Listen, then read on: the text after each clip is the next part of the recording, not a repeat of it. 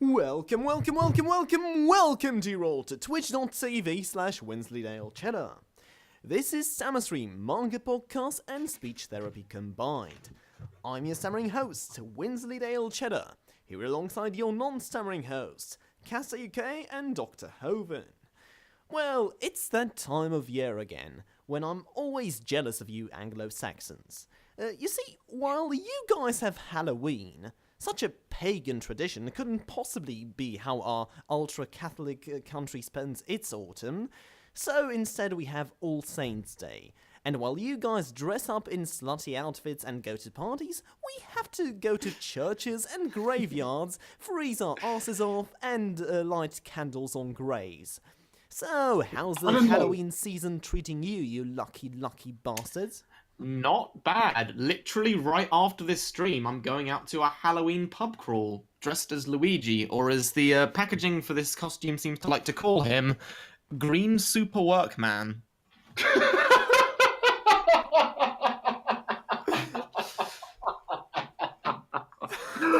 Oh, that's amazing. Do you think that's good? There's the female versions of the costumes are called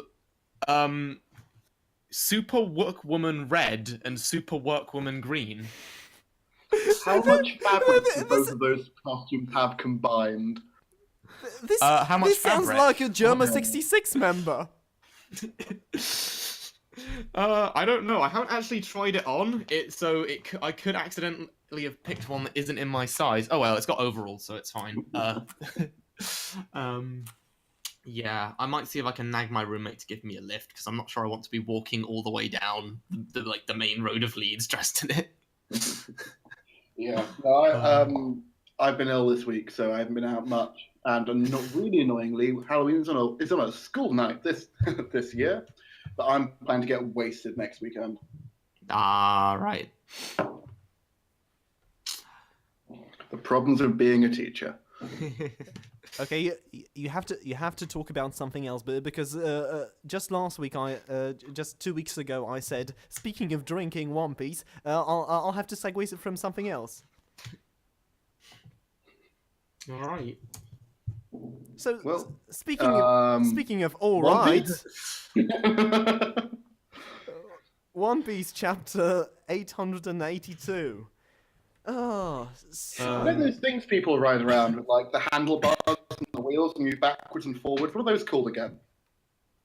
It's handlebars and backwards. Oh, unicycle? No, the things that like the gyro things, like you lean forwards, you accelerate, and you like the handlebars. Oh, Segway. Exactly, One Piece. So,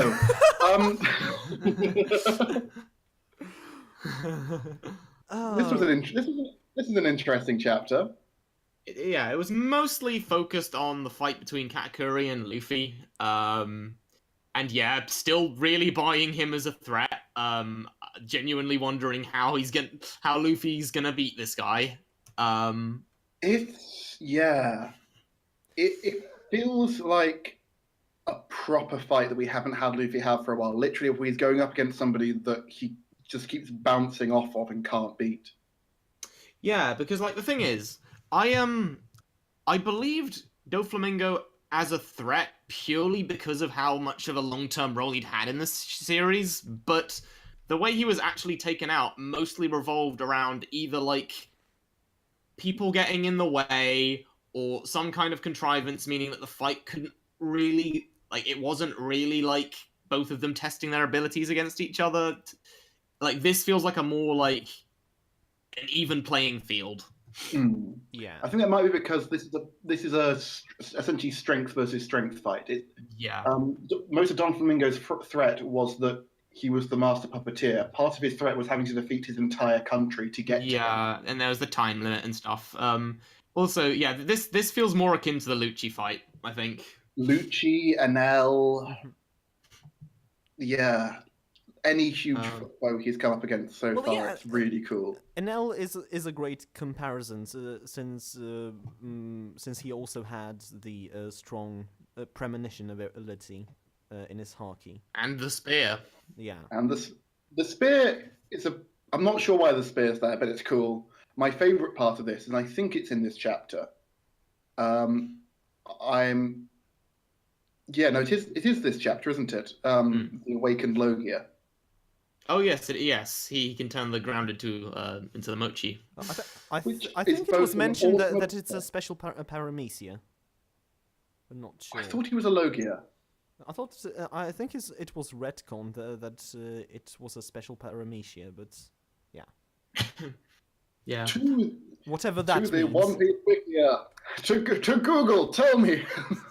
In the meantime, I will just say that I love this last panel of Germa having beaten up the whole everyone on the factory of like on the island with the factory, and they're like pretending they're on the phone pretending to be the guy in the.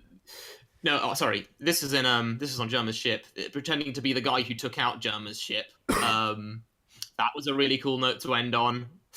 Yeah, and it's just a really nicely laid out panel. That was a bit confusing to me at first. I was thinking, okay, is Niji impersonating someone that Mondo knows, or is maybe Mondo colluding with Germa? No. I think he's impersonating the guy he's holding up, because that is one of the Charlotte, like it's one of the Charlotte children, right? Yeah, that was the impression I got, because One Piece has tried. This is Oda. This is a plot point that Oda's done a couple of times before. That essentially, somebody gets a Denden Mushi and impersonates somebody. I mean, it's just like Mr. Prince. Yeah. It's true. Since I think we may gather that the anime isn't perhaps doing it right, but the Denden Mushi kind of affects the way some voices sound. So that's why, for example, Sanji on Little Garden might have sounded believable as Mr. Free, despite them having completely different voices. I mean, I doubt I'm ever going to get to this scene in the anime, because I managed until the end of Dressrosa, and that just burnt me out on it. But I do occasionally watch the odd scene. I dropped it a while ago. I do keep up with the dub, though. They're currently in Marineford. It's really cool. Okay. Do you think you'll probably keep going on with that once it's past where you left off with the anime? Very possibly. I like the dub cast, and it comes out in chunks, so I can marathon through it when I've got a free weekend. Yeah, it's yeah, I could see that being a very nice. I picked it up again at Ennis Lobby, and I mean, the dub is currently the only way I'm planning on getting through the Black Clover anime, because you still watching Asta's voice. Oh, I watched the guys... first episode with my. I watched the first episode with my friend, and I was amazed at how they somehow managed to make Asta even more annoying. Guys, maybe we should do a trial by Black Clover sometime. But bring my roommate on board for it. I think it might be hard to do trial by Black Clover without going in straight with the guilty verdict. Yeah. We had a hard enough time with that with Guilty Crown. I was like, okay, let's try and find some good parts in this. So about this chapter, the most memorable thing to me was paradoxically not what happened in the chapter itself, but Oda's comment about how did it go, Milo? The thing about the little sisters. Okay, let me bring it up. This was quite bizarre. Stop taking so long to load. Jump. All right. If you're going to stop taking on challenges, then you might as well be dead. Okay, fairly understandable way to start. He's a very spirited guy. He likes to challenge himself. Like the editors have to force him to take the breaks. Then it gets weird. I'm currently challenging myself with Little Sister Moe. Aren't Little Sisters great? Well, maybe he was referring to Brule in this chapter, because Brule is such a good little sister. She builds up her brother so well. Not gonna lie, it is nice in this episode to see like the Charlotte family, how they work together. Yeah, but that's a bit weird. I'm just like the way I interpreted this is that like maybe Oda saw one of the many anime centered around the little sister trope, like the oh so popular recent show Eromanga Sensei. Yeah, I was Anyone's going heard to of ask that? which little sister trope. The little sister being cute, I can get. The little sister being about 12 years old and sexually active and aggressive is a bit. That's the one that's the one I'm thinking of, sadly. And he saw this and he thought, this is some dense work of new fiction that I have to study. I have to like persevere with it to understand what it means. Oh God! I just hope it doesn't start creeping into One Piece. Oh, please no. His joy at Mecha series seems to have come in with Frankie recently, and that's cool. That I'm all right with. Maybe someone showed him like a Studio Trigger series, and he's just like, yeah, I want to put that in One Piece. Yeah. Also, I did check, and Dogtooth Fruit is apparently Paramecia, which is annoying because I'm pretty sure it was portrayed as Logia earlier. But I'm glad the awakened Logia hasn't been revealed yet, because this was cool, but not on the level I'd expect from awakened Logia. Yes, I guess Logia doesn't exactly affect the environment, but or rather the user. But the distinction between Paramecias and Logias is kind of iffy sometimes, because there are a lot of types of Paramecias that sometimes they just affect the user, sometimes they just create stuff. Yeah, the rules about it have gotten more and more blurred as time goes on.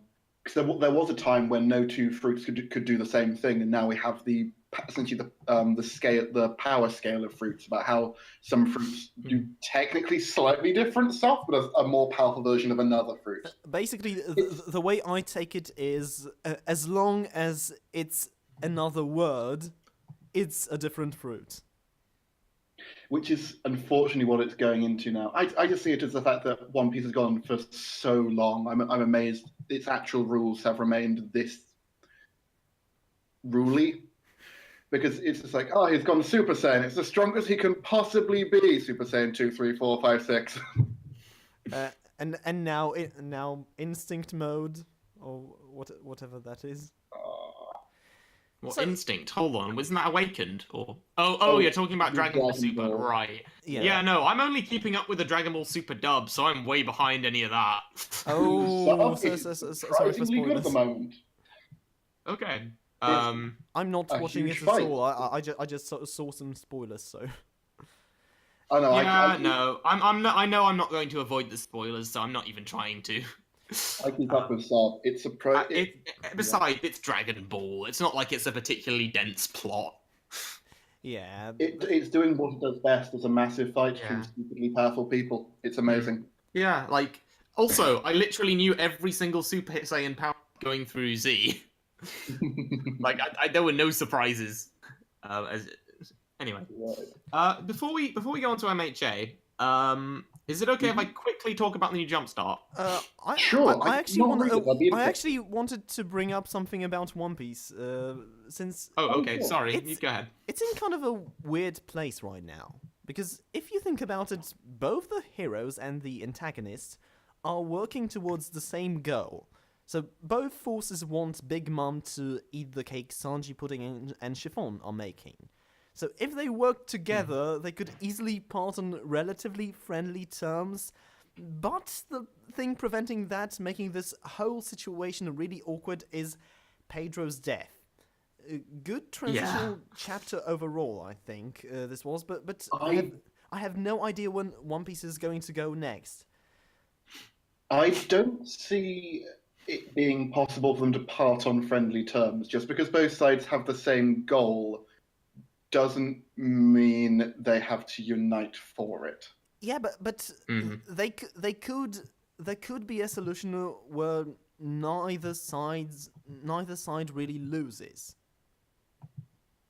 True, but after everything that's gone on with Sanji being kidnapped, with the amount of damage the Straw Hats have done to the Big Mum's island with the destruction of the wedding cake, destruction of the wedding, everything going on, and with Beige's deception and being a traitor, I don't see any logical way they part as anything other than enemies. Even in One Piece. Anyway, so shall I talk about the new Jumpstart now? Yeah, sure. All right. So basically, it's another sports series. This one is about ping pong. I knew there was a reason I didn't read it. I don't know. People really rate Ping Pong the animation as a series, but yeah, this one's. Does it have in it?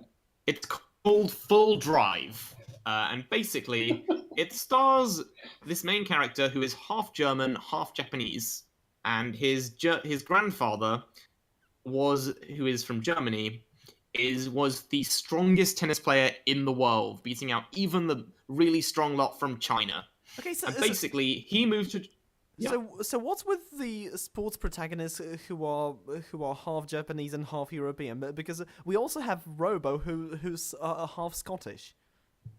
We have a lot of those.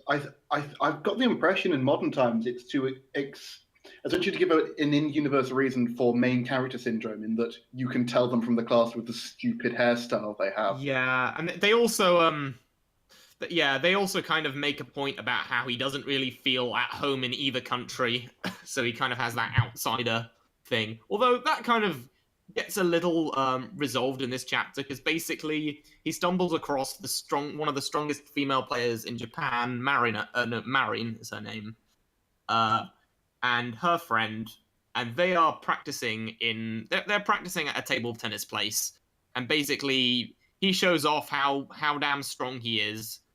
He wears himself out pretty quickly, but he has incredibly strong upper arm muscles, and yeah, I guess the one thing I will say is that this kind of sucks a lot of tension out, in that we've already introduced the two rival characters and they already completely respect him.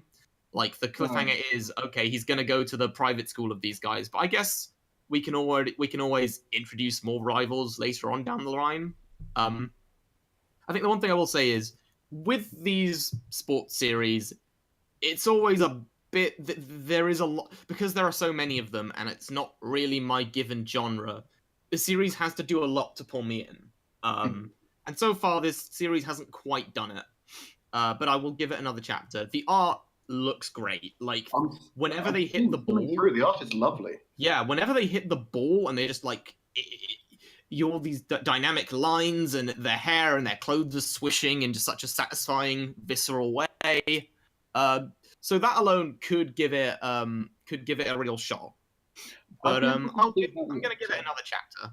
I'd be interested to see how the art going on, because this is the first chapter. It's got the most pages and literally it's got the most time the mangaka can spend on it. Yeah. There's not a lot of shading, which normally bothers me. There's a lot of white on the pages, but it's done. I know you remember saying that was an issue for you with Fairy Tail's art. It was, yeah. But I'm curious though. Do at any point they mention which Germany his grandfather comes from? Because they could go awkward, or they could go east and west. I mean, I think it's set in present day, so. Oh yeah, because he's old. Yeah. Yeah, I think they literally just said Germany. Cool. Also, why does the main protagonist, the female lead's outfit, look like essentially the suit from Evangelion? Oh yeah, it's the school uniform from. She's Asuka. Yeah, I don't in suit armor. I can sort of get it, but otherwise, I don't get the idea of we have this bit of armor that just goes over the boobs. It's really weird. That is quite funny. All right, but yeah, that's all I really wanted to say on that series. So, speaking of ping pong, shall we move on to Food Wars? Because Youzan's and Takumi's duel is kind of like ping pong, because it's so competitive and it's has elements of Evangelion. It's a bit like ping pong. If ping pong was full of bullshit and being able to literally predict the future. I kind of like this. I'm gonna be honest. This chapter actually won me over a little to Takumi. Yes! No, yes! no. Yes! Because here's the thing. As much as it's ridiculous, if I look at this from the Kuroko's basketball school of person just has ridiculous superpowers relating to food, it's great. And like suddenly Takumi has a really zany, funny, like fun trope. And he like that's something he's been lacking for so long. So kicking realism to the curb, which I am doing, I just really enjoy this. I agree. It makes it more interesting. This chapter is full of so much bullshit. I'm the guy who likes a series I'm the guy who liked Aizen going, when were you under the impression such and such? I'm the guy who loves it when essentially somebody's able to go like, but I foresaw you doing that, and so I did this. So you're fine with Aizen being Aizen, but not with Takumi being Aizen? Just because you can't make an anagram out of it. No, I don't believe Takumi having this amount of mental agility and being able to predict the goddamn future, because he's not shown to have done this before. He's not had a training arc. It gets explained a bit without going into spoilers, but it's still essentially just like, I got a random power up and changed character. I actually think this is a believable way he could beat Aizen. Because he is a diligent student, and just by studying the shit out of his opponent and predicting what his plan was, because we've been shown that this was but what Team Erina, or everyone but Soma, were doing. So I could believe that he could do something like that. And I would. I don't know still whether being Orochimaru is in character for Takumi, which is a mark of shame given that I am his #1 fan, apparently. But yeah, I've got to admit that he was entertaining too. So yeah. It's more just like the 2-page like the whole page panel of him just like psychotically going through his Aizen's recipe. Like that was I don't know, I really enjoyed that. I think the thing that lost me was the fact that I think Aizen at some point says, I could have chosen anything. How did you know I was going to choose artichoke? To which there isn't an actually decent answer. Just like, I read the script for next chapter. If it had literally been like the only thing available to us in that thing that could have done this was artichoke, I knew you'd have this switch. And essentially just like, if it was that I knew you were going to make this decision, and after that decision, this was really the only route you could have taken, and I predicted it, I'd have liked it, but there's too much contrived bullshit in there. I suspended my disbelief for it. There was an explanation, so... I think it's implied that I observed you back in the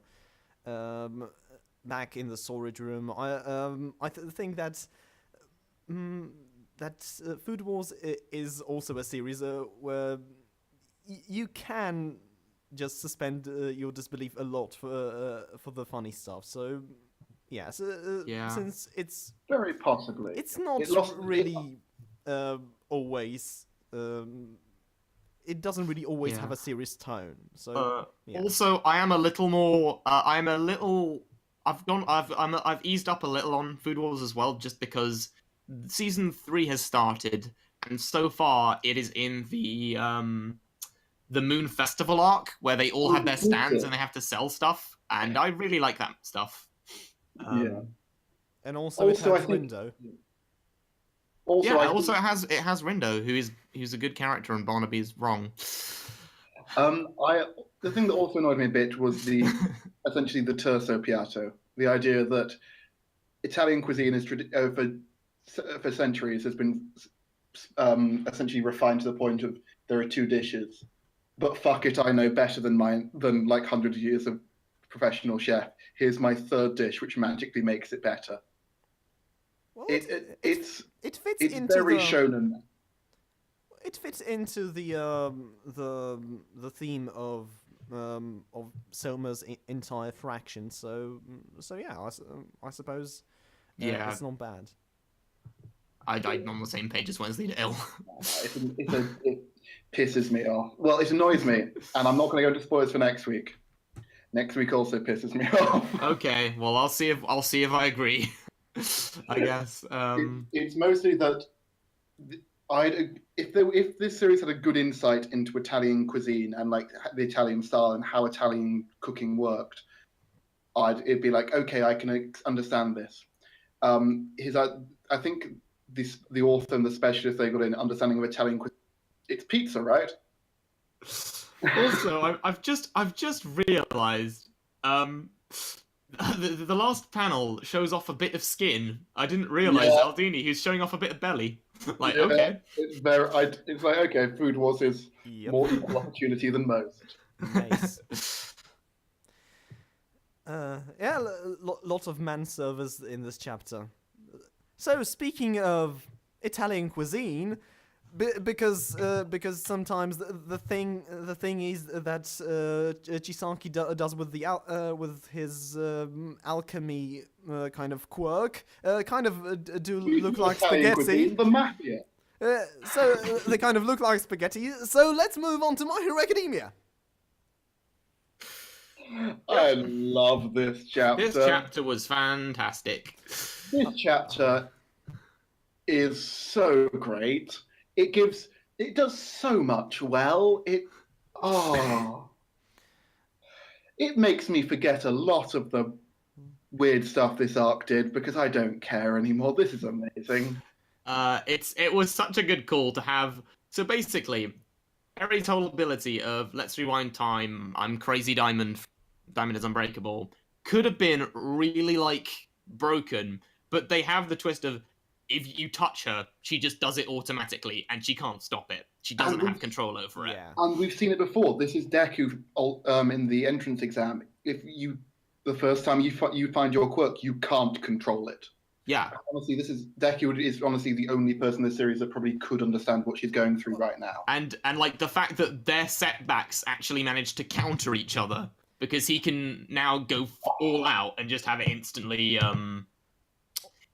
reset. Yeah. I actually, like, at the end of this chapter, I was kicking myself for not realizing, oh yeah, these two powers are a match made in heaven. They're both so self-destructive, but also, can we the first 2-page spread, which is Aki just shouting, "Give her back!" Oh yes, the way his fingers the artwork, break up the panels. The line work on Chisaki's spread, it was amazing. I love the artwork in this chapter. His fingers. I only just realized his fingers make up the gap between his fingers are themselves panels. They split up the panels. The composition is great. Although there's one thing I don't understand about how Chisaki interprets Aries' powers. So he says that she could revert a human to a monkey if she tried. So overhaul, that's not how evolution works, do you? I would not put it past Chisaki to have that understanding of evolution. It's not the correct one, but I would honestly, if I'd not expect him to have if people evolved from monkeys, why are there still monkeys? You'll have monkeys. Let me talk about Neanderthals and Homo sapien. I don't know whether this is really how Aries' powers work. So if she touched a person long enough, would they turn into an embryo, or would they? I think she did that to her father. I think that's what we get told. Not to her father, not to an embryo, but I think she reversed him to the point that he didn't exist anymore. Okay. So is it just personal, or is it going through the earlier stages in evolution? I think he's being extravagant for dramatic effect. Okay. I don't think she could literally reverse evolution. So, yeah, this is a big chapter. This is essentially Naruto learning how to control the QB big. The fact that he receives this the Deku receives this big power up in these very special circumstances is fantastic, because we can take a peek into the future of how powerful what he's Deku can capable be with the full extent of All Might's powers at his And strongest. he's fighting like All Might. It's amazing. Yeah. Like the ability to literally teleport by punching with such a. The powers we've seen All Might use just at will, and just as if it's nothing, Deku's now able to use, and it's given so much gravitas. Yeah. So we can take a peek into the future of how his powers are going to work without taking away from his future character growth. So yeah, really good stuff. And also, it makes it very believable that he could fight on par with this kind of villain and still have this villain be a believable threat, because only like the full powered All Might could really take this guy on. And it also feels earned. It's not just like, here's a Deus Ex Machina for this. It's literally that for this to work, he literally had to have the complete trust of this girl who doesn't whose entire life doesn't trust anyone. It feels like the first, like literally, Deku the hero has able to convince this girl there is a chance, and only with that is he able to unlock this power. It's so cool. Also, the way his skin literally looks like it's peeling off his face and then reforming. Also, he kind of looks like he's a Super Saiyan Blue at the moment, but Super Saiyan God, Super Saiyan. It's just he looks so cool in this moment, and it's not, and it's also not the complete transformation. So I'm looking. It's amazing. Yeah, this looks like a person who can change the future. So, speaking of changing the future, let's move. Can't we just like gush over this chapter for another half an hour? It deserves it. No, but by all means, do go on. But I have nothing left to say about this. Same. No. Except for Chisaki being a big dead space monster is kind of neat. I've just found that page. The art is amazing. Yeah, no, I have nothing else to say, but I'd happily just repeat what I've said over and over again. Okay, then. So let's move on to Black Clover. No, okay, I forget it. I'm going to repeat everything I've said for half an hour. Okay. So I take it that you didn't like this week's chapter?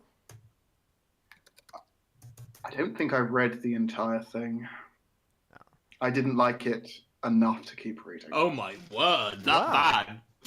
Is this you dropping the series, or do you think you're It was me not having much time this week, and honestly, is it worth it? Really? But because while I wasn't really a fan of last week's backstory, this chapter really grew on me. Which chapter is this again? Just so I'm sure. Okay, so this is chapter 130. I didn't read last week's much as well. This is basically. It might be because you talk about it. I'll catch up and I'll see if I going through it properly changes my opinion. Okay, so this is basically the finale to Asta versus Langris fight. And while I wasn't really a fan of last week's backstory, this chapter I really liked. The artwork was really expressive, which I really liked, especially on Langris's faces. Asta's sincerity in his confrontation with Langris, even Zora and Mimosa's dynamic, in which Zora kind of has to trust her for the first time. Well, part of me wishes we could have more build-up to this. Maybe, as I said, move this fight to a later stage, and let the matches go on as they should do. Because remember, we still haven't had the match with Ben, Brad, and Eric. This wasn't shown. Even if I wish there was more build up to this, I'll take what I can get with Black Clover. And what I got this chapter was a great action scene with believable motivations, where the class struggle theme finally makes some sense, given that Langris isn't this kind of noble crowd that we can usually expect from Black Clover, commoner. But his dynamic with Finral really gave some motivation to it, and I will really look at this fight with positive feelings. So, Kastor, have you caught up? Yeah. It's not as I think I went into it like I didn't have time for it this week. It's okay. The action itself is the Black Clover action I don't like. I went through Xerxes' backstory again. I liked it more this time. The bit about him, about it's like the evil people in Black Clover are evil. Is literally just like, oh yeah, we shot his father in the back. Oh, serve us, wench. Oh, by the way, I'm going to strip you bare for no apparent reason. It's just like that still gets to me. But I like this. I think my main problem with Black Clover is it's getting to the point of fairy tale now, where if you read it week to week, it's okay. If you think back to what happened previously, it stops working. But honestly, this chapter is not as bad as I thought it was. Yeah. I don't like the action. I don't like Asta. I quite like Xerx now, but the problem is that I don't think he evolved naturally from the character produced. Yeah, the backstory, parts of it were really ham-fisted, and I didn't really much care for that, because essentially last week all I could do was roll my eyes and kind of ignore the good stuff that came with the bad stuff. Yeah, I think my main problem is that it tries to explain away him being a dick, because it's just like, oh, my father loved and I take after him. So everything I do is a prank. No. No, you were kind of just this selfish douche. Yeah, and he's now apparently sympathetic. The pranks is really why I kind of find him annoying.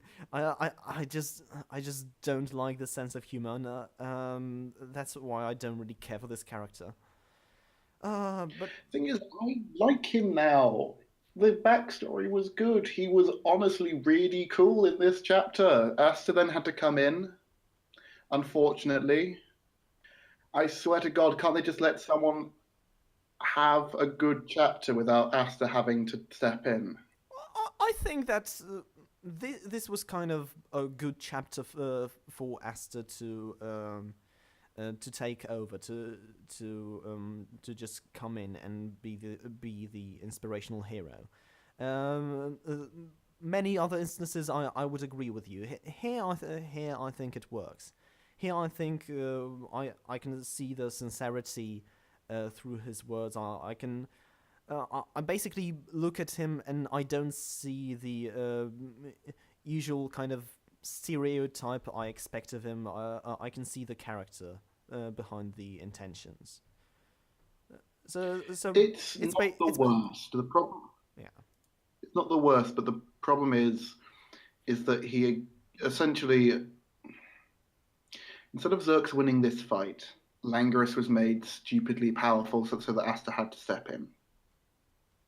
It's the annoying thing of it's an okay one for him. It's my problem with Black Clover having opponents that only Asta can beat. It feels like I'm playing D&D and the GM is giving somebody more hit point, their big bad more hit points until they get the ending there.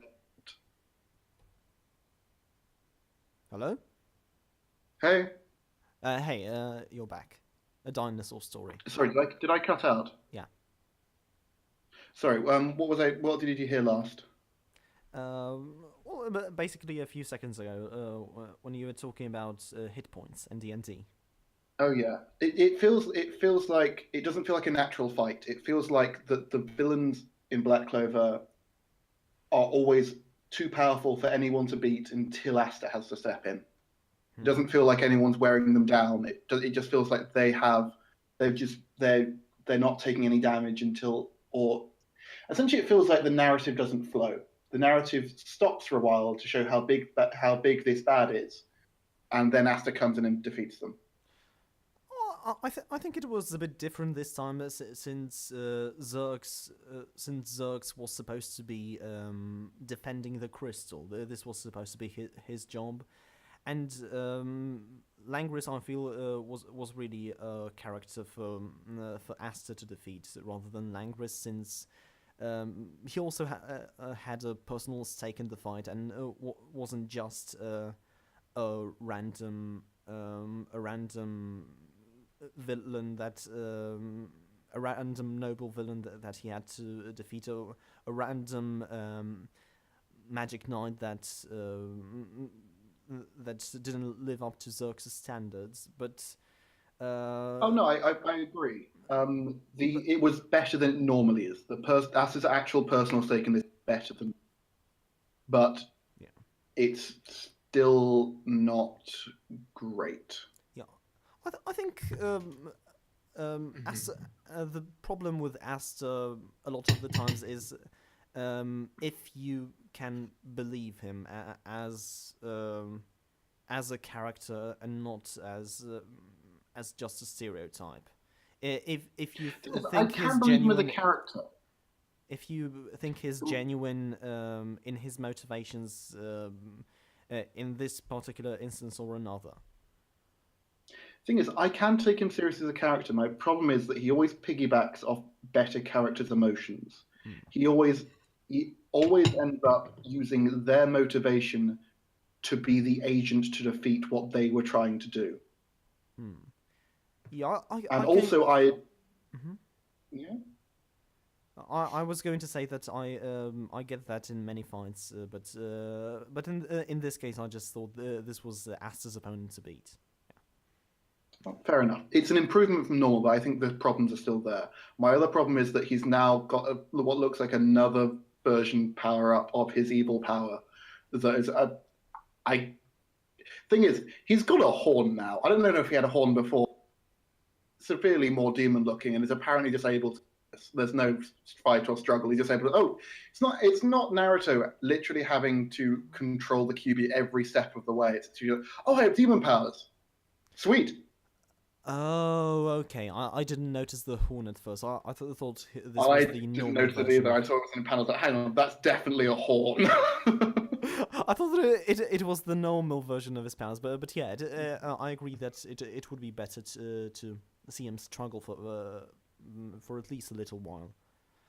He's starting to look He's starting to look like Ichigo now, with the scar over one eye, like the single horn, the scar going over one eye. Yeah, kind of. It's looking a lot more like a hollow form. Yeah, let's play the game of. That Ichigo never got to use. It's literally down in the middle of his face. If the one where he's making his big speech, he's got fangs on the demon side.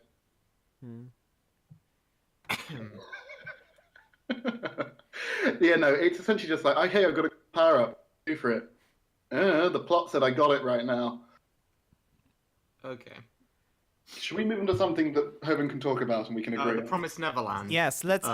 Speaking of I plot, let's move on to the Promised Neverland. I do actually have quite a bit to say about this chapter. Yeah, go on. Because not only I did generally quite like this chapter, it has a lot about this series which I do quite like, but there was also something in it that resonated quite personally. So it's the scene where where Emma and Ray are talking about the man, whatever name we were giving him. But and I believe that it was Bill Burney, Billy Bob Thenardier last time we checked. I'll just call him Billy Bob. They're talking about Billy Bob, and Emma's saying, I think he'll just let us die instead of killing us. I don't really think he's a bad person. He's just suffering, but he can't do anything about it. And without getting into specifics, I have been dealing with people going through a lot of mental health problems that term could really apply to, especially just matched with the way that there are scribbles on the wall saying "help, help, help." Like, you know, people who kind of wall themselves off and don't like they want help but they don't know how to get it. So that affected me quite, like, that endeared me to this character a lot. Even if it's just like a personal experience thing that doesn't really relate to the actual series. Sometimes that stuff does just play a part. Yeah, and aside from that, this 2 weeks ago with Aries. Yeah. So Yeah, no, and aside from that, we are back to showing off really cool looking environments, which is the one thing I liked during the forest arc that quickly got abandoned. Like, we're showing off like these cool creatures and these interesting looking trees, and there's also the kind of a mind game dynamic where like Emma, Ray, and Billy Bob all have their own motive going in. And Emma's and Ray's are more on par, but she's a little more forgiving and he's not. And I like that. And I like that. The mind games have definitely gotten me back into Black Clover. Black Clover? What are we talking about now? Promised Neverland. Sorry. Yes. I was changing. Sorry, I was changing tabs. Mind games and Black Clover. Black Clover plays a lot of mind games with me. Mostly me trying to figure out how the fuck this is popular. But with Promised Neverland, I like the mind games that I'm enjoying. It's got me back in. I do like how both Emma and Ray essentially are reacting the same way to something, but even though Emma's hardened and Ray's mellowed, they still have a very different ideological divide over whether essentially how if a human being can be good. Which is interesting. The bit that was to say, oh, okay, I keep this series has occasionally have its hiccups, was the bit where he literally goes through their entire mentality and just says, which is what they'd be thinking, right? It was a bit too comic relief villain for me. It's like, this is a mind game, but I can literally predict everything that's going through their heads, and it then turns out to be, and then they do sort of the same thing. Yeah. They've outwitted each other so much already. They are kind of like thinking in circles around each other, just like, okay, this is a cool idea. Don't over-egg it. The presentation, we were going for like being caught out, it feels a bit too much like essentially cartoon villain. It feels a bit like a cartoon, which is... Yeah, like if they just toned it down a little more, it wouldn't be an issue. Well, technically, it is a comics, so it is a cartoon in when you consider some semantics, but yeah. And when Wensleydale just called a manga a cartoon, the internet is going to explode on us. Mangas aren't comic books. What are you on about? Yes, from right to left, it's very different. It's hard. And look at the underage boobies. What do you mean they call Asterix a manga? Yes. All the people that watch us week to week will just explode in the comments. Yeah, I'm sure. The many people. Do we have 3 people yet? That aren't us. I don't know. Maybe I could bring I Have a Tights Fetish back in. Just link him the episode so that he can comment on it. Just tie him down and make him listen to them. So, yeah, now I thought last week's chapter was great. I wish I could have talked about the big Gilda moment back then. It really got to some character. The Gilda moment was good. The rest of it I had a problem with, but we're not on that chapter. Okay. Still seems that without Emma and Ray, the kids will finally have the chance to get some spotlight and become interesting characters, judging from those first few pages of this chapter. Just kidding, let's cut to what Emma and Ray are doing. Look, they're looking for Goldie Pond, Goldie Rogers' daughter who ate the water fruit. The original character did not steal. Oh, I don't know. All right. Yeah, leaving the other characters behind was definitely a good idea for the series. Okay. How about so we never learn up next? Sure. I've still got some things to mention. I've noticed that Oh, yeah, yeah. there are a lot of reiterations of the same motivation in the Promised Neverland. For example, yeah. So Ray, remember how a few chapters ago we established that we were determined to find some clues as to find William Minerva and get back to the human world? Well, I just wanted to remind you that we're still determined to find the clues as to find William Minerva and get back to the human world. Yeah. What do you guys think? Am I kind of hyperbolizing, or did you notice that as well? I'm honestly fine with it. Like it's one mode. It's like Luffy's always trying to find the One Piece. I'm fine with characters having an overall through different checkpoints together. It's fine. I kind of feel like we're hearing this all the time, don't you? It could also be because they're going back to the original motivation, which was like to stick around demons in the forest, which was the bit I didn't like. So it could be that could also be it. Okay, yeah, it was still a fine chapter, and the promise, no pun intended, of psychological strategy, manipulation, Heyo. manipulation and murder has me a little excited for this series again. So speaking of psychological strategy, manipulation and murder, let's move on to We Never Learn. I'm skimming through what the fuck happened this week. Granted, I don't know whether there's We never learn. Okay, Yeah. I have stuff to talk about. So, Yeah. so basically, first of all, I just want to touch on, I really liked this and last week's chapter as a companion piece because they firmly cemented Takamoto and Ogata as my best and second best girl. I literally fucking died at the moment when she started, like, giggling at him, saying that her ponytail looks cute. Like, it was beautiful. She is a good girl that deserves happiness. Anyway, this one, this chapter I thought was generally quite aside from one aside from that one shower scene, which kind of just stuck in the middle just for an ecchi shot. So wait, I enjoyed this one a lot as well. So wait, what exactly happened? Because I still can't read it. Okay, okay. Basically, what happened was, Yuiga gets a call from her, being like, "Help! Help! Oh God!" And he comes over, and basically, she started watching a romance film, thinking she'd get to a film that she heard was really good, hoping that it had some good romance in it, and then it turns out to be a horror film.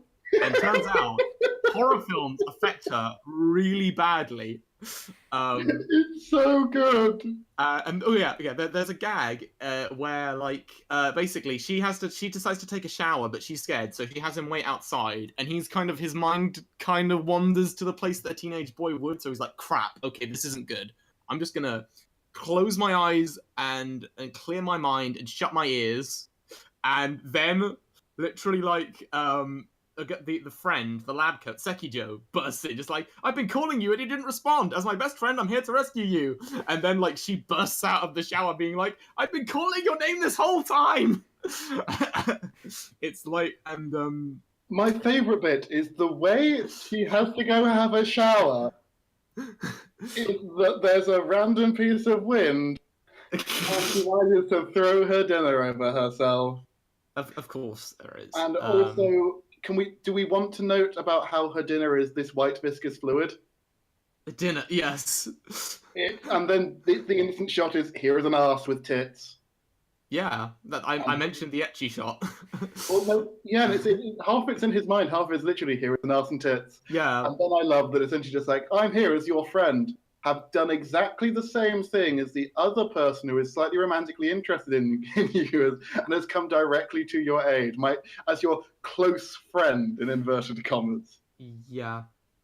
But, I think apart from anything else, so basically after that, they just kind of go into more of the joke and they're of her being scared and kind of pushing up against him with the film.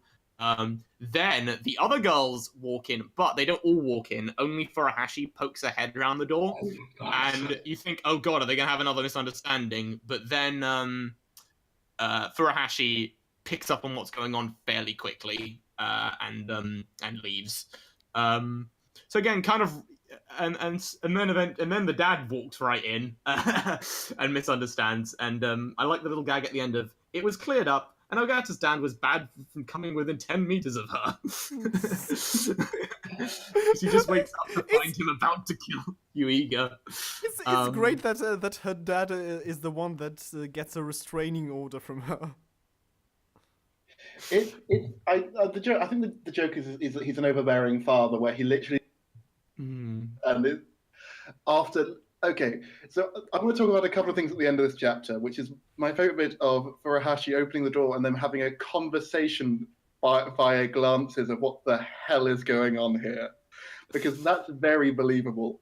And honestly, Furuhashi is honestly my favorite part of the series, because it's literally just like here is a harem trope, and here are two people who are just smart enough to be able to deal with it and not make it while it's still being funny.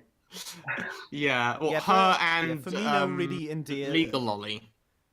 Yeah. And Legal Loli best character.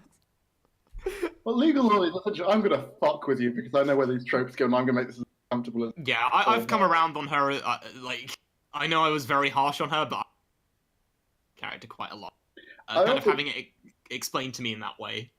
I also do like that Thumbelina is essentially... I guess it's just she's so logically minded, she doesn't pick up on social cues, but does everything humanly possible in this chapter to make things incredibly awkward when people come in. Why are you calling her Thumbelina? I forgot her name. It's Ogata. Ogata. Yeah, I love it. Like the way she tries to explain why she's scared of ghosts and does it in such a logically minded way, but it doesn't make any sense. She was adorable. This whole cast is really so good. Well, apart from the teacher character, but yeah. Yeah, the teacher.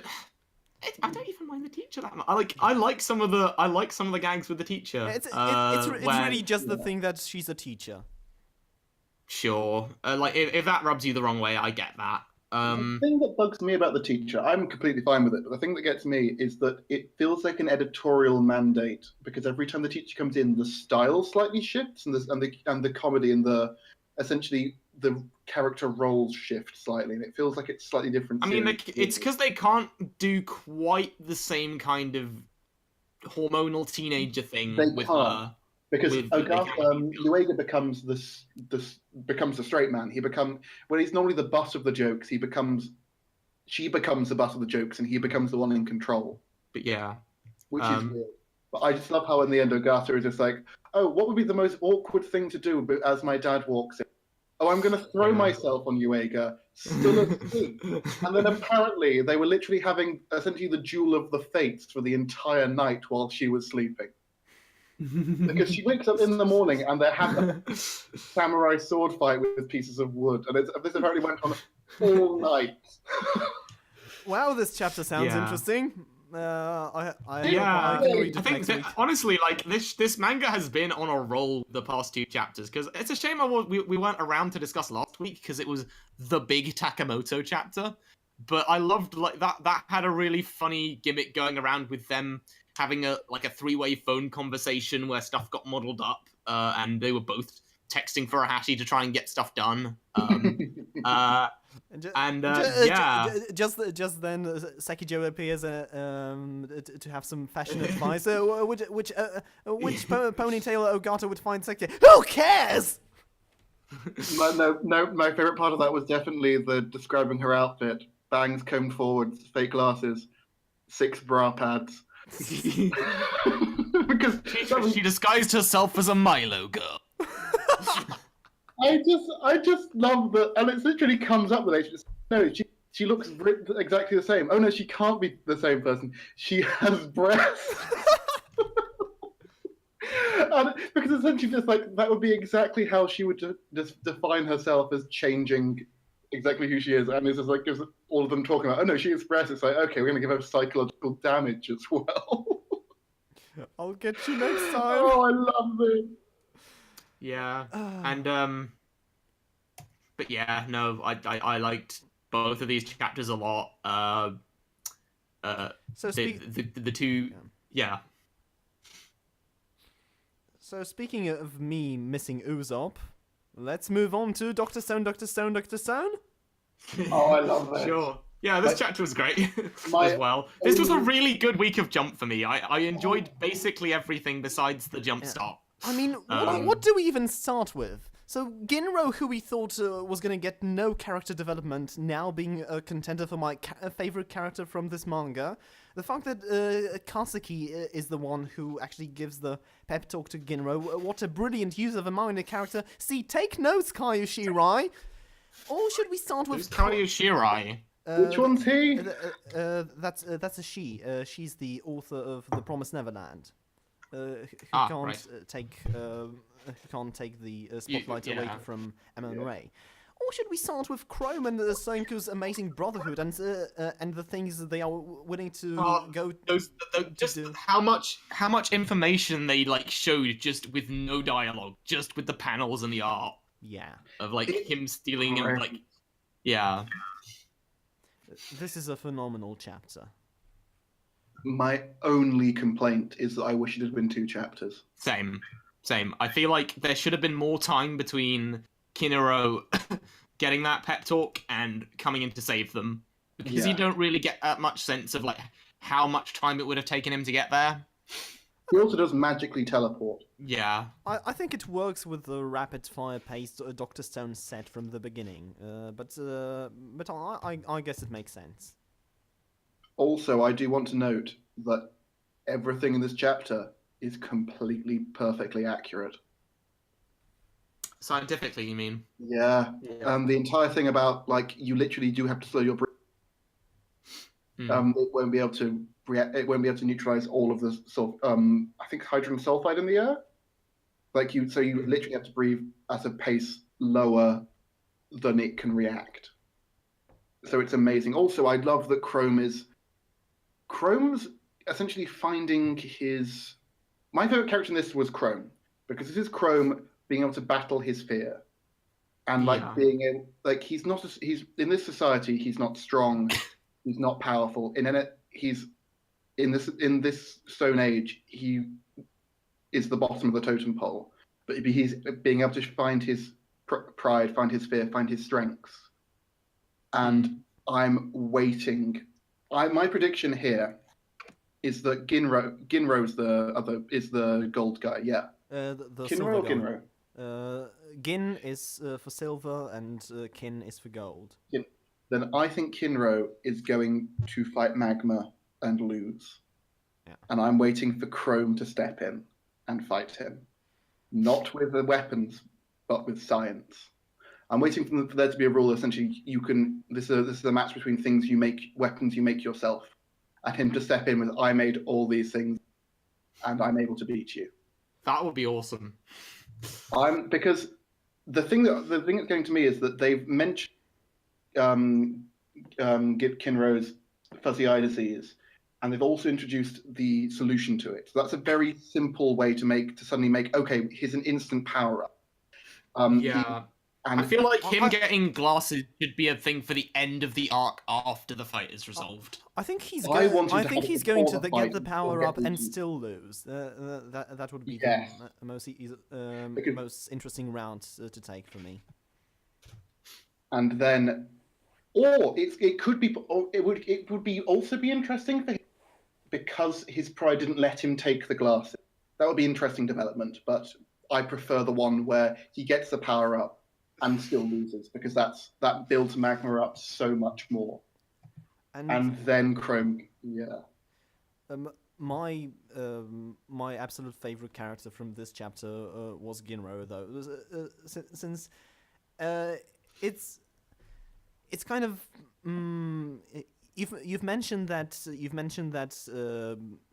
that Chrome for being a scientist in a society built in a stone world would be kind of at the bottom of this social ladder.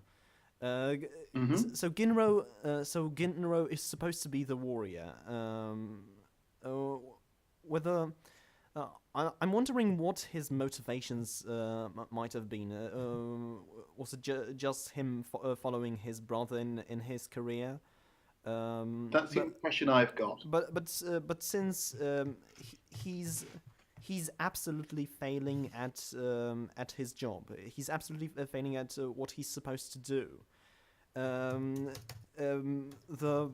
The people that are below him on the social ladder are braver than him at the moment, and he can't deal with the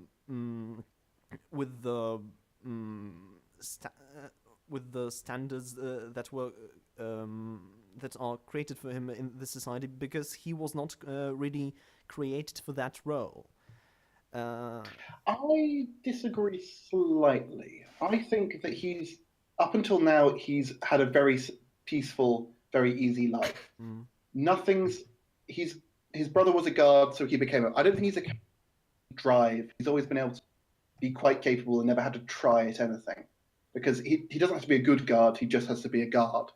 Yeah. His brother is better than him, but I think he accepts that he can't beat his brother, so he doesn't push himself further. Yeah. I don't think he feels this is honestly the first time he's felt fear, and he thinks it's okay to run away, but he's still a guard. I don't think he's ever had any drive to him, or any had to think of what do I want out of my life. He's always been he feels to me like Shikamaru without the intelligence. Yeah, this is essentially the first time he has to try. Yes, and I want to see where he goes. Mm-hmm. Yeah, I get that, yeah. Yeah.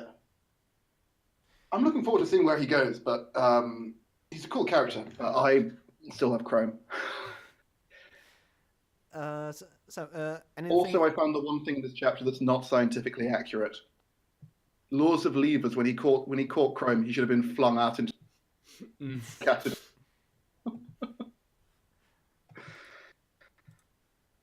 Yeah, I'll just look at this panel again. Yeah, the fulcrum is on at his hand. From his grip to the tip, Chrome lands on the sphere. Impetus goes down. Chrome should continue going down while Ginro is moved upwards. Yeah. Also, I'm not going to call it, but it's quite funny. The idea. Also, the giant dead lady might not be scientifically accurate. Although this might be.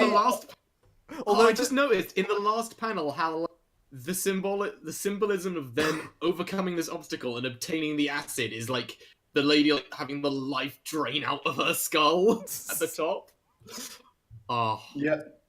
So also, cool. I think Chrome grabbed the point the blade of the spear to catch himself. I'm not that was weird. But no. Apart from that scene, which is honestly looking back is quite funny. I love this chapter. I still love this chapter with the scene. It's just quite funny. Just I can suspend my disbelief, but realistically, they both fall in the acid and die. Yeah. So, is there anything else we want to mention, or shall we move on to last week's Boruto? Oh yes, I forgot. We were going to talk about Boruto, weren't we? Yeah. Oh yeah. So Borg, I will read. Yeah. I mean. I guess it's going into a new arc where they're focusing on escorting this ninja tool, the guy who manufactures the ninja tool, and one of the outer members of Kara has been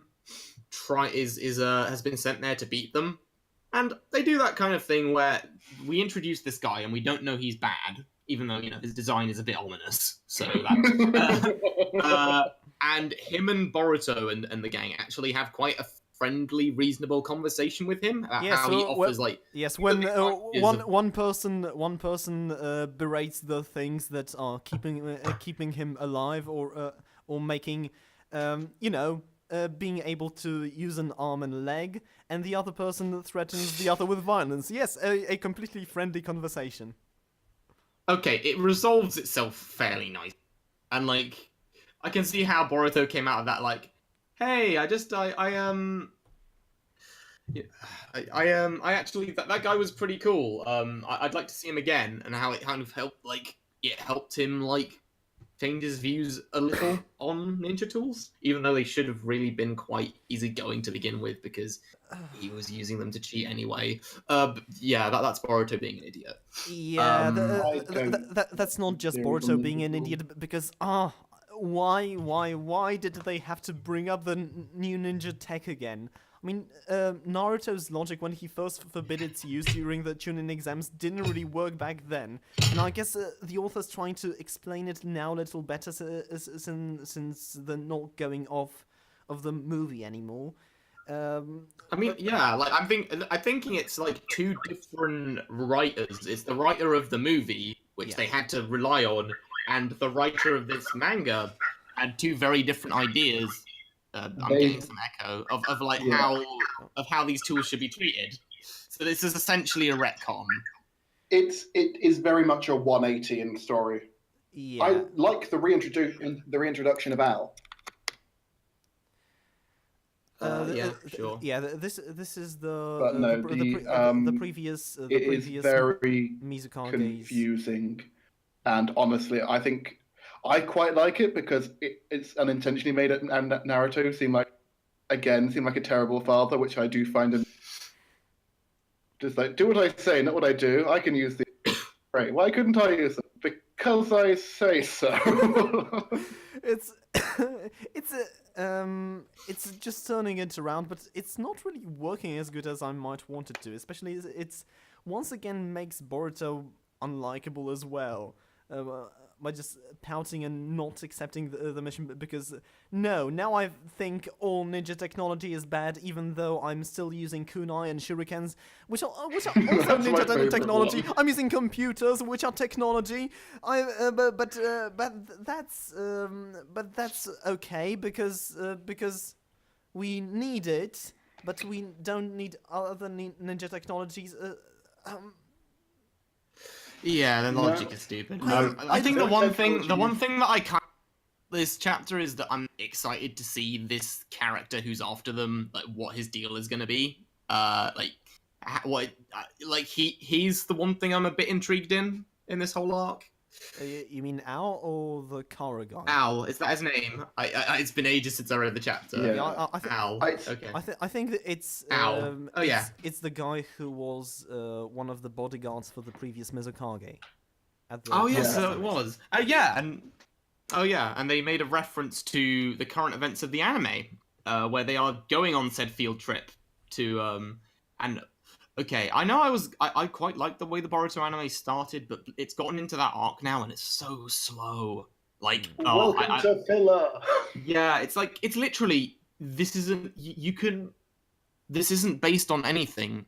You can pace it as fast as you like. If you want to take up more episodes, just write in another arc later on. Yeah. Like, It's the problem with essentially the idea of we're going to write this filler to we're going to be on a boat for episodes and go up to the land of thunder and just have bullshit every episode, or we're going to do the curry of life and actually have a yeah. one of them requires work. I think the problem is it's several episodes and the setup for it is so typical like cookie cutter shonen. It's like we're wandering around town and we meet these forgettable, stupid looking thugs. We have some tensionless fights. They're secretly working for this big mastermind who stays in the shadows. They kidnap one of our friends and we have to go and rescue them. There's like a filler character who's like Sounds kind of like the protege all of the Bleach, villa. to be honest. Yeah, there's a filler character who's like the protege of the village, who kind of has a connection to the villain. Yeah, it feels like such a cookie cutter filler arc. Yeah, it honestly sounds like. And which is strange because the whole deal all is the yeah. pre-time skip Naruto filler arcs, which is Yeah, kind and of it's great in weird. some respects. Hmm. Because it's I've watched weird them all, because yeah. like they are setting up things in the canon, like okay, the villain wants to revive the Seven Swordsmen of the Mist and have some new ones. Like that could be cool. What's an original plan? Sorry, no, I hadn't heard that before. It's like, oh, hang on, you know that thing that Kabuto did? It's like an off. No, as That's our in not entire actually. Oh no plan. no. Oh no, not like literally. Create a new league of them with the swords. That's a much cooler plan. Yeah. Okay. No, but, like, it's a cool plan. Like, no, we're not bringing back Edo Tensei, thank God. I am counting down. You know it's coming. It's gonna happen. Like, they've already brought back the boring moon people. That's a recurring thing in the manga now, so... No. It's... Again, I'm going through this chapter, and I hate this art, but this... I'm See, intrigued. I came into this a little more than you guys, but now I'm right back down with you. Yeah, there were some cool moments. The cool moments did not fill up 47 pages, and there are a lot of problems that they're trying to address, having to addressing them badly. Yeah. Still, but I quite like. Yeah. Still, I liked Mitsuki's moment. He has a little more character now. So that's good if you ask me. You do you, mate. Keep being creepy and touchy-feely. He's his father's mother's. He's something's son. It's interesting. I also do quite like Boruto being a little shit because I quite enjoy having him be this slightly unlikable figure. Like, he literally has everything handed to him, and he's still able to find problems with everything. It's compared to everything else in Naruto. In Boruto, where he's literally just like, oh, this is Naruto. I liked it when Naruto was Naruto, not Boruto. Don't you mean you liked when Boruto's dad was Boruto's dad, not Naruto? I do like that meme. It's essentially just like, yeah, yeah. I'm just now waiting for Boruto to be called Boruto's dad's son. Yeah, no, I even if it's unintentional, I like the slight meta behind Naruto's not a good father. Just like, yeah, that's honestly understandable. Naruto never really had much people skills, and now he's having to juggle his dream of running a city against his family life and not really knowing how families are meant to work being an orphan. It's an interesting idea that I honestly don't think is intentional. Yeah, and coming back to the technology stuff, maybe I was. I'm sorry. Maybe I was a bit too harsh on it, but it's just one moment from the original Chunin exams. What I really liked is Kiba using some ninja tech against his fight with Naruto, and just Naruto saying, "Hey, that's not fair." Well, of course it is fair. It's preparation. It's what you have to do when you're a shinobi. You have to you have to take care of your resources. So energy pills are fine. A dog is fine. Well, of course it's fine. You can use kunai still, and nobody calls you out on it. It was something that worked okay for the movie because it was a movie, and essentially it's like, okay, I will buy this plot. And honestly, if you're having a sanctioned competition, you might want to have everyone on an equal level to say, and have them fight each other with rules. However, when it's literally just like you are literally ninja, you're assassins that fight that fight life and death. If you literally say, I'm not using this because it'll give me an advantage, you are a stupid ninja. Yeah. So do we have anything else to say? I'm all done. I'm all done. So before we finish, I want to talk a bit about robot Laserbeam. I know you guys don't read it, but okay, all right. But fire away. This week's chapter got a reaction out of me. So quick recap. Youzan, the rival character, just had a big game against a professional player and won. Robo, watching this, can't stop shaking and realizes that after gradually liking golf more and more, he loves it now and he wants to dedicate his entire life to it and to play it as a pro. I don't have the time to go into the details of how it was built up, but I thought it was a good job on the mangaka's part. I've found certain chapters boring. it was believable how he gradually grew fond of golf and actually realized he might have liked it from the beginning, but that just didn't realize it because he was a non-literal robot.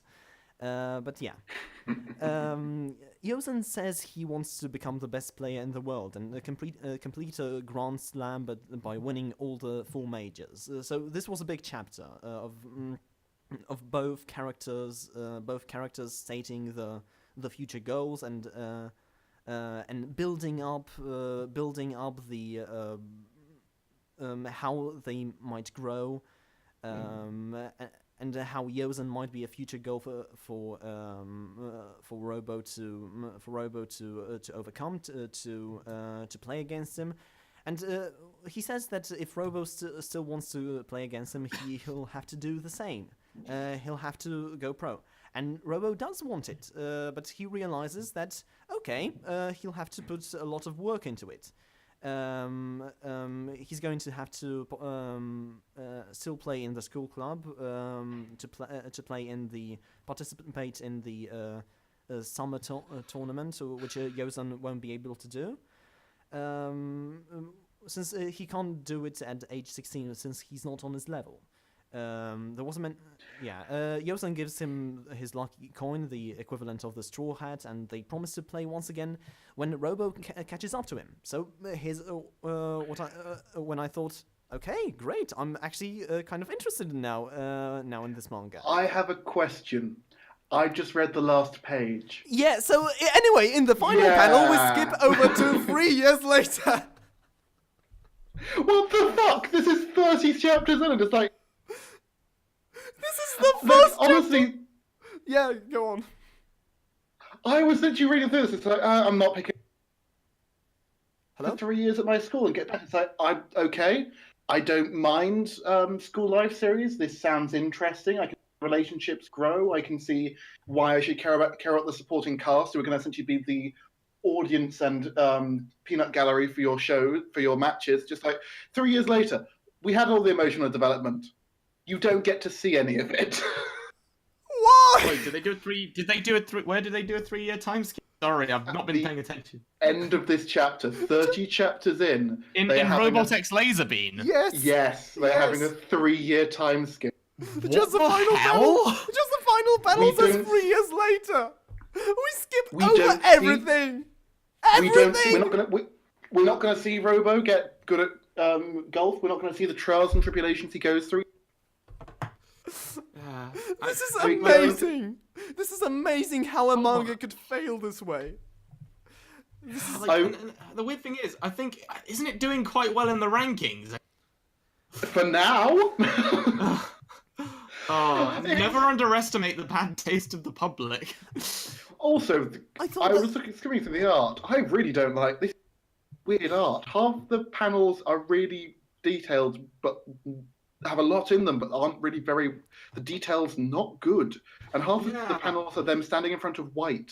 Yes, and half Also, the characters everything has a white outline. and half the characters look kind of the same, just with a palette swap or something along those lines. Okay, I'm checking it. Robot's kind of middle to bottom. Like, it's doing worse than Soma. So, it's not, like, exceptionally popular within the magazine. I honestly was thinking that it was getting cancelled. That this was okay. This is why we have to rush. Okay, we now like the cut average to the ranking final. For the last.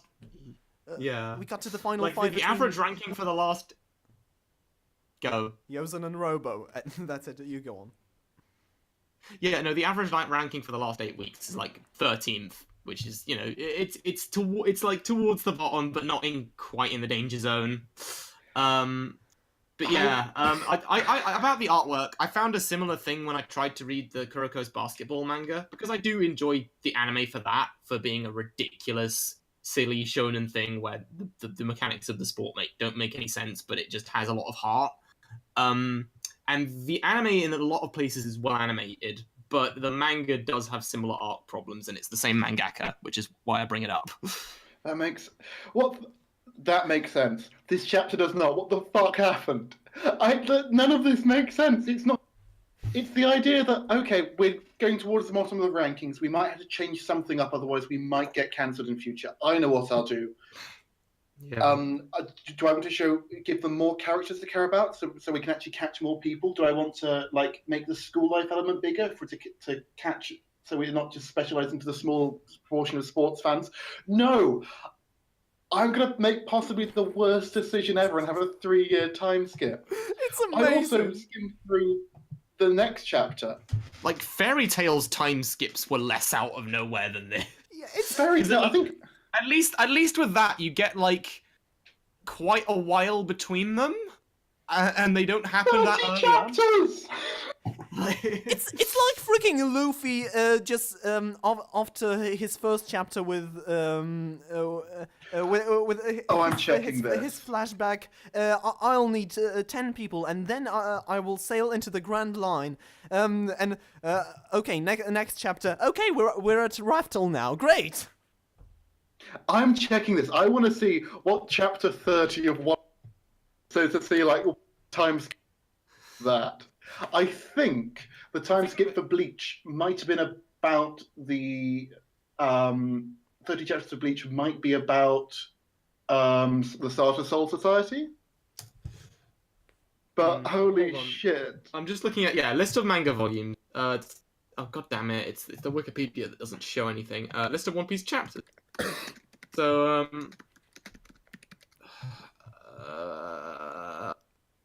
time for me, guys. Yeah, they just start the it's in the middle of the Kuro arc. So essentially, he beats Kuro. Usopp joins the crew. They have a 3-year time skip, and it's like Eni's lobby. Oh. And he's just got a bunch of the Who crew. the fuck is Robin? Who the fuck is Shokugeki? Sanji. So wait, have they just cut straight to like a tournament or something? I had a skim through the next chapter. The next chapter, yeah, essentially. It's his Okay. first debut fight. Yeah. I also think, yeah, I'm pretty sure chapter 30 of Bleach is Don Kanonji. Wow. That's even better. Wow. Okay. I mean, chapter 30 it's only like 4 volumes in. It's Yeah. not that far. It's a 3-year. It's such a bad idea, especially for a sports manga. It's like I did 3-year time skip. Sports manga is literally all about gradual progression and honing of skills. And it feels like they're being cancelled, but apparently they're not. And it feels like It's not, it doesn't seem to be doing that catastrophically. Yeah, I don't. Haikyuu kind of did the same.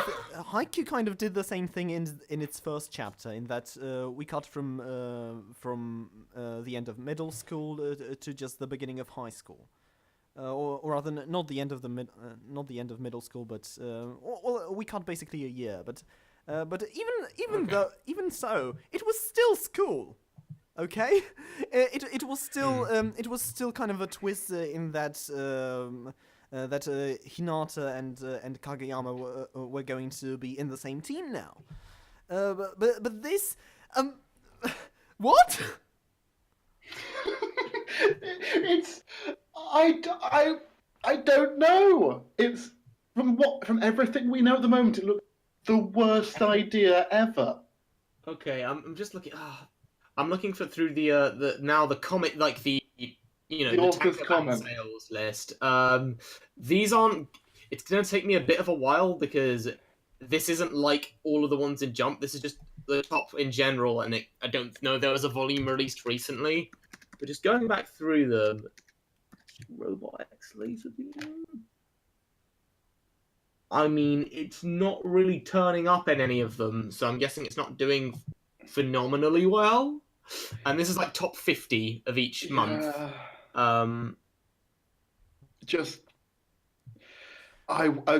might. Here we go. Robot X Laserbeam 2.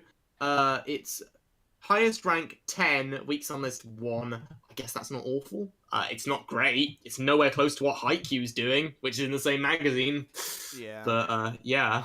I get, I guess I want to keep an eye on, like, Laserbeam, just out of morbid curiosity. For I mean, usually they give series a bit of a bump with, like, at least, okay, it's been doing not terribly, let's give it an anime and see if that gives it life.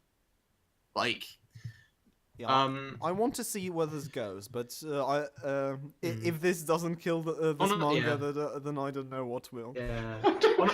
on a side note, Dr. Stone has been doing excellently, and We Never Learn is doing a lot better. It was like it was kind of in the danger zone for a while, but it's now up there in the rankings. It's doing pretty well. So yeah.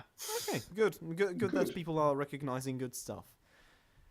Yeah. So that is gonna do it for this week of Stammer Stream. Unless any of you have something else to say about this. No, I have an announcement at the end of this. Yeah? We've all decided we're gonna have a 3-year time skip for this episode of Stammer Stream. We're all gonna come back with massive beards, having mastered our art. I don't know. Yeah, It's still going to be next week, but 3-year time skip. Yeah, this is just all pre-recorded. Yeah. We're all going to hold hands and say, we believe in fairy tales.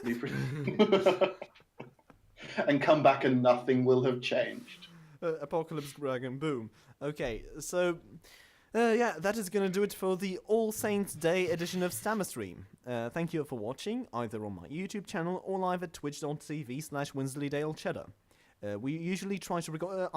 we have a new date. Oh, and also the cross-account Volume 1 selling good.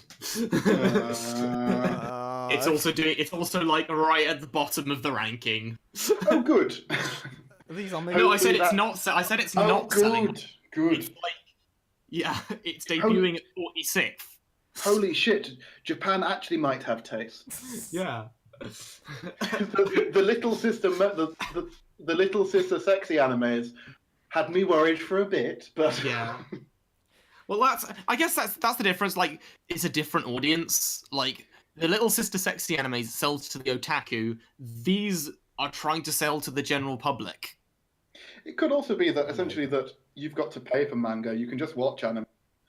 Well, no. Actually, in Japan, that's not the case. Oh, in really? Japan, it's like you either catch it on TV or you need to pay like loads and loads of stuff for Blu-rays. They're not that big into streaming. Like, they don't have much available via streaming. Manga is much more accessible. You can pick it up really cheaply from just a regular shop. Like, I was in a capsule hotel. They just had like a really well stocked manga library in like the lounge that you can just take out anything. Like, all the One Piece is there. I don't think I could read in a capsule. I think literally I'd have my head. Oh no, there was so no. fast I think like that the manga is in a lounge area where that makes nobody more from the sense. capsules. Like, so there are loads of relaxing chairs and stuff. Wait, hang on. Smoking room. I'm 6'3". I don't think I could fit into it. I don't know. If I managed, I'm sure you'd be fine. I think my feet would stick out the end. We were signing off. Sorry. Okay. Yeah. I should get to this pub crawl. This reminds And me. don my green super workman out. Okay, so we have a new recording time. We usually try to record on Saturdays at 10 a.m. Eastern Standard Time, 3 p.m. GMT, and 4 p.m. GMT+1. You can follow me on Twitter at Wensleydale Cheddar for updates on the stream, Penganto, Well Triggered, Friendly Faces Everywhere, If He Reviews many other projects. Follow Milo at Hovin with an H. For anime waifus, Cabal Hijinks, Cabalcast, which is definitely coming, guys, and Trial by Guilty Crown, a podcast he does with Kastor. Yes, it's a nice name for torture. Follow Grail at Nuclear Android for gaming tweets and world conquest. And be sure to visit our One Piece RP forum, One Dream Adventure Reborn, to write some lovely stories and talk about manga in general. odar.comforums.com is the address. Milo, you wanna talk about the Danganronpa podcast? Yes, we have recorded a podcast, a spoiler cast, the game Danganronpa 2. See if you can. I play a little drinking game. Every time Grail and Nova say, it's kind of like this thing in the third game, but we're not going to talk about the third game. You will probably be dead by the end of it, because they were accounting for me, who's barely played any of it, because I burnt out a little, but now I'm back on board. So, yeah. Okay, so I'm just updating the description. They don't talk about the third game. Hold on. Wait, did you post it? I need to retweet it. Not yet. It's Okay. It's uploading. It's at 87%. All right, great. Third game. Okay. So and I think this will be it. So alright then. Once again, cheers for watching, and we will see you next week. Take care.